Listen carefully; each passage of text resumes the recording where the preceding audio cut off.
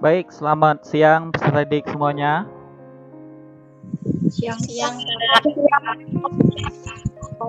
Bagaimana kabarnya? Baik.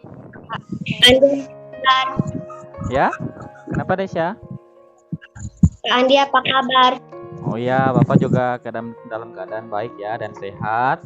Ya, kita patut ya. Nah, dipersilakan kepada ketua kelasnya, untuk Desya, silakan pimpin kita dalam doa, Des. Ya, Pak.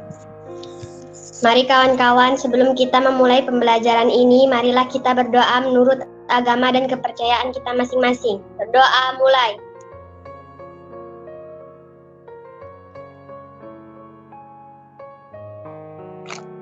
Berdoa selesai. Baik, terima kasih kepada Desya yang sudah memimpin kita dalam doa. Ya, kita hari ini akan belajar tentang teks fantasi. Nah, ini kompetensi yang harus kalian capai pada hari ini ya, yaitu mengidentifikasi unsur-unsur teks cerita fantasi yang dibaca dan didengar.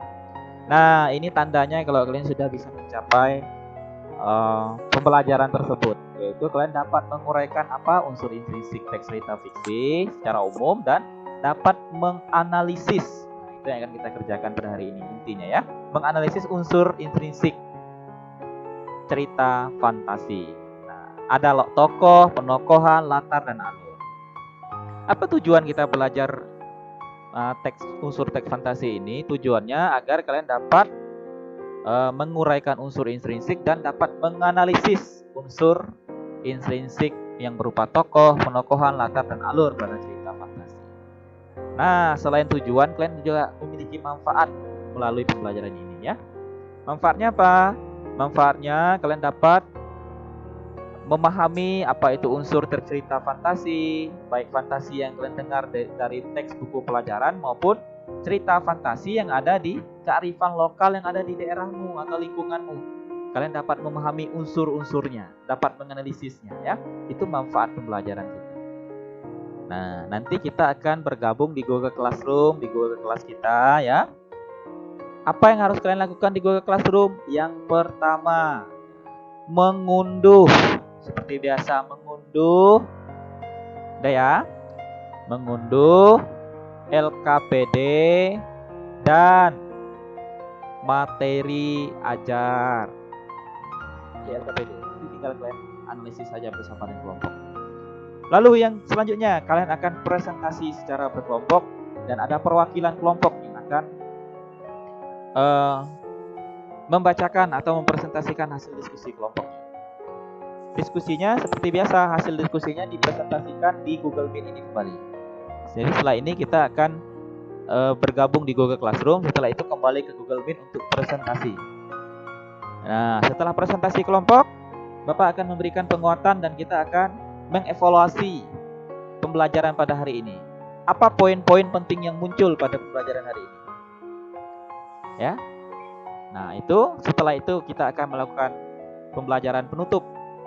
Kita akan tutup pembelajaran dengan refleksi kesimpulan pembelajaran dan ditutup dengan doa. Kira-kira langkah-langkah kita pada pertemuan ini bisa dipahami ya semuanya? Siapa?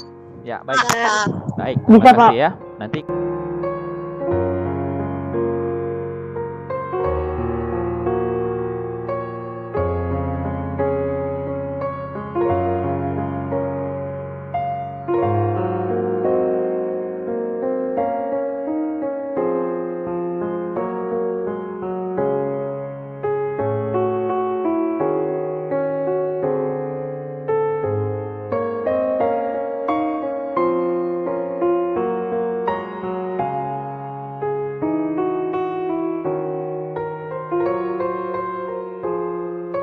Intrinsik cerita kekuatan ekor biru Nataga.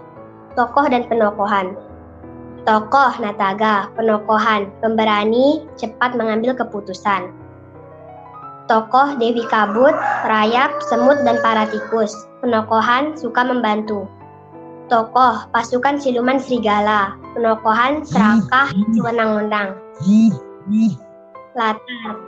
Latar tempat, Pulau Tanah Modul. Latar waktu, hari itu, hari di mana pasukan Nataga berjuang hingga titik darah penghabisan. Latar suasana, menegangkan dan berakhir mengharukan. Alur, alur cerita kekuatan ekor biru Nataga tersebut adalah alur maju.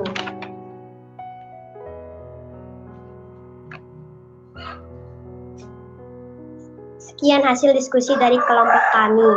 Terima kasih.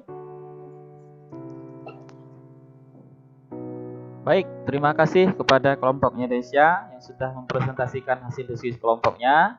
Tadi Bapak sudah menyimak, jadi untuk unsur intrinsik dari hasil diskusi kelompok Desya sudah tepat ya, jadi sudah lengkap, ada 6 atau 7 itu. Lalu untuk unsur teks cerita fantasi berjudul Kekuatan Ekor Biru Nataga ya, secara umum sudah baik, sudah bagus hasil analisisnya ya. Kekuatan ekor biru Nagata. 1. Tokoh penokohan. Tokoh Nagata penokohan, pemberani, cepat mengambil keputusan. Serigala, licik, serakah, wenang-wenang. Dewi Kabut, suka membantu, baik. Latar tempat, Pulau Tanamodo. Latar waktu, hari itu, hari di mana pasukan Nataga berjuang hingga titik darah penghabisan untuk membela tanah air tercinta. Latar suasana, menegangkan.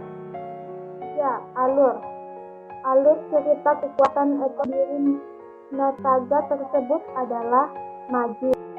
Dimensi cerita fantasi, ruang dimensi alfa. 1. Tema cerita kepedulian. 2. Tokoh dan penokohan dalam cerita adalah tokoh utama, aku memiliki sifat baik dan peduli. Tokoh pendukung, Adi dan Erza yang memiliki sifat setia kawan. 3. Latar dalam cerita tersebut adalah latar tempat berada di laboratorium. Latar waktu tidak ada. Latar suasana menegangkan. 4. Alur cerita tersebut menggunakan alur maju. 5. Sudut pandang cerita tersebut menggunakan sudut pandang orang pertama karena menggunakan kata aku untuk tokoh utamanya. Jadi untuk latar waktunya itu sebenarnya ada ya. Hari itu juga latar waktu. Jadi latar waktu itu sudah Bapak jelaskan pada bagian awal tadi. Latar waktu itu tidak harus ada jamnya, misalnya siang hari atau pagi hari, tidak harus seperti itu. Tetapi hari itu kan hari yang sudah ditunjukkan itu sudah jelas hari pada hari itu. Itu merupakan latar waktu walaupun kita tidak tahu hari kapan begitu ya. Tapi di situ sudah menunjukkan latar waktu.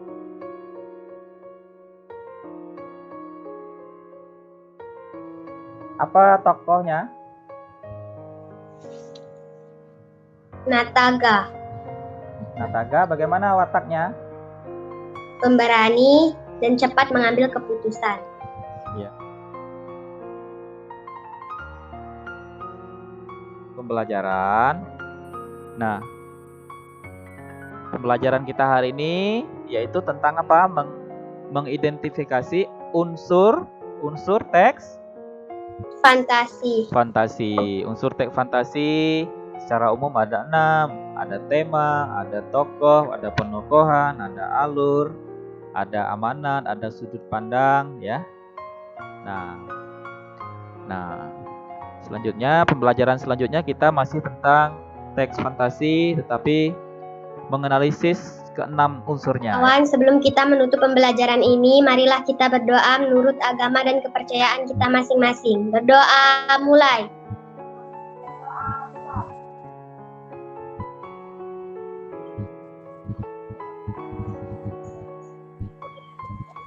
Berdoa selesai.